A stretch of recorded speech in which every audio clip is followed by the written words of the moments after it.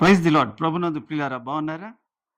దేవుని యొక్క వాక్యం ఏం చెప్తుందంటే, ఆయనకు వధకు సిద్ధమైన గొర్రె పిల్లల వలె ఆయన మౌనంగా ఉన్నాడంటండి. ఆయన నోరు తెరవలేదంట. ఎందుకు నోరు తెరవలేదు? ఆయన గురించి ఆయన మరి వాదించుకోవచ్చు కదా!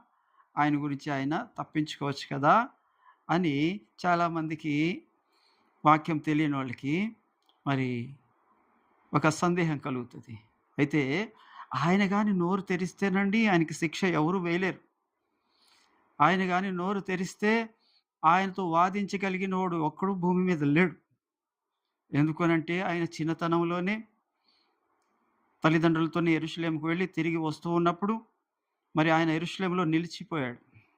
నిలిచిపోయి శాస్త్రులతోనూ, పరిసయ్యులతోనూ, బోధకులతోనూ అప్పుడు ఉన్న గొప్ప గొప్పవారందరితో కూడా మధ్యలో కూర్చొని వారితో వాదన పెట్టుకున్నాడంట. లేదా వారితోని వారికి వారు యేసే ప్రశ్నలకి మరి సమాధానం చెప్తున్నాడు. అలాగనే ఈయన యేసే ప్రశ్నకి ఒక్కడు సమాధానం చెప్పలేని ప్రశ్నలు అడుగుతున్నాడంట. అంటే ఆయన నోరు తెరిస్తే మామూలుగా ఉండదండి. అంత మహాజ్ఞాని నా ప్రభువు. అందుకనే ఆయన నోరు తెరవలేదు. వాళ్ళు అన్యాయపు తీర్పు తీరుస్తున్నా సరే నోరు తెరవలేదు. అన్యాయంగా శిక్ష వేస్తున్నా సరే నోరు తెరవలేదు. ఎందుకు నోరు తెరవలేదు అనంటే ఆయన నోరు తెరిస్తే నీకు నాకు విడుదల లేదు.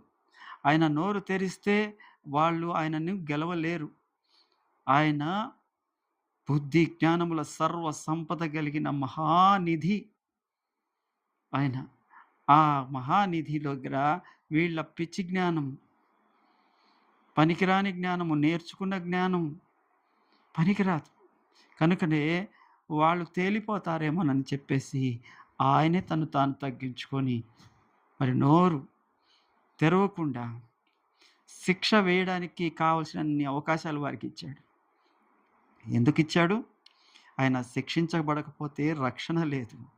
రక్షణ లేకపోతే పాపికి విడుదల లేదు. పాపికి విడుదల లేకపోతే పరలోకం లేదు. పరలోకం లేకపోతే ఉన్నది నిత్య నరకాగ్ని మాత్రమే.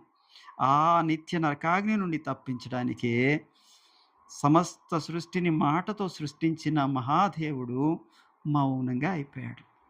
ఆయన మౌనము చేతగానితనం కాదు. ఆ మౌనము పాపికి విడుదల. Praise the Lord. ఆయన ఘనపరచు. వందనాలు.